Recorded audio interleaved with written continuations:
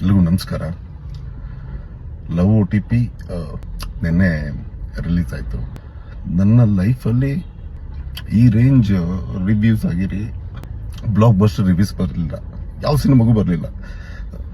14 ವರ್ಷದ ಕೆರಿಯರಲ್ಲಿ ಈ range block buster reviews ನನಗೆ ಯಾವತ್ತೂ ಬರಲಿಲ್ಲ. ಬಟ್ ಬೆಳಿಗ್ಗೆ ಕಲೆಕ್ಷನ್ಸ್ ರಿಪೋರ್ಟ್ ನೋಡಿದಾಗ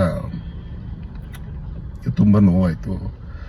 ಓಕೆ, ಅನೀಶ್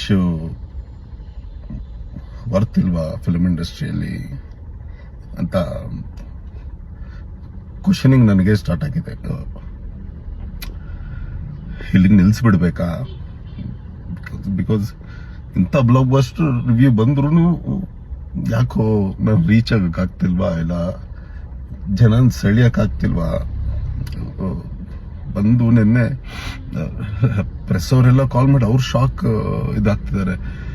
ಏನು ಇಷ್ಟು ಚೆನ್ನಾಗಿದೆಯಲ್ಲ, ಬಂದಿಲ್ವಾ ಅಂತ ಶಾಕ್ ಆಗ್ತಿದ್ದಾರೆ. ನನಗೆ ಏನು ಹೇಳಬೇಕು ಗೊತ್ತಾಗ್ತಿಲ್ಲ. ಅನೀಶ್ ಮೇಲೆ ನಂಬಿಕೆ ಇಟ್ಕೊಂಡು ಅವ್ರಿಗೆ ಹೇಳ್ತಿದ್ದೀನಿ. ಅಂದರೆ ನನ್ನ ಅಖಿರ ಆಗಿರ್ಬೋದು, ವಾಸು ಆಗಿರ್ಬೋದು, ರೀಸೆಂಟ್ಲಿ ಆರ್ ಅರವಿಂದ್ ಸ್ವಾಮಿ ನೋಡ್ತಿರೋ ಆಗಿರ್ಬೋದು, ಇವ್ರಿಗೆ ಹೇಳೋದೇನು ಅಂದರೆ ನೆಕ್ಸ್ಟ್ ವೀಕ್ ನೋಡ್ತೀನಿ, ಆ ಮುಂಬರೋ ದಿನಗಳಲ್ಲಿ ನೋಡ್ತೀನಿ ಅಂದರೆ ಆಗಲ್ಲ ಸರ್. ಯಾಕಂದರೆ ನನಗೆ ಅಂತ ಯಾರೂ ಇಲ್ಲ, ನಾನೊಬ್ಬಂಟಿ.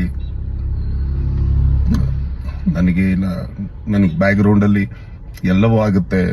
ನೀನು ಬರೀ ನಟನೆ ಮಾಡ್ಕೊಂಡಿರೋ ಅಂದರೆ ಅದು ಆಗದಿರೋ ಕೆಲಸ. ನಟನೆ ಜೊತೆಗೆ ಎಲ್ಲವೂ ನಾನೇ ಮಾಡಬೇಕು.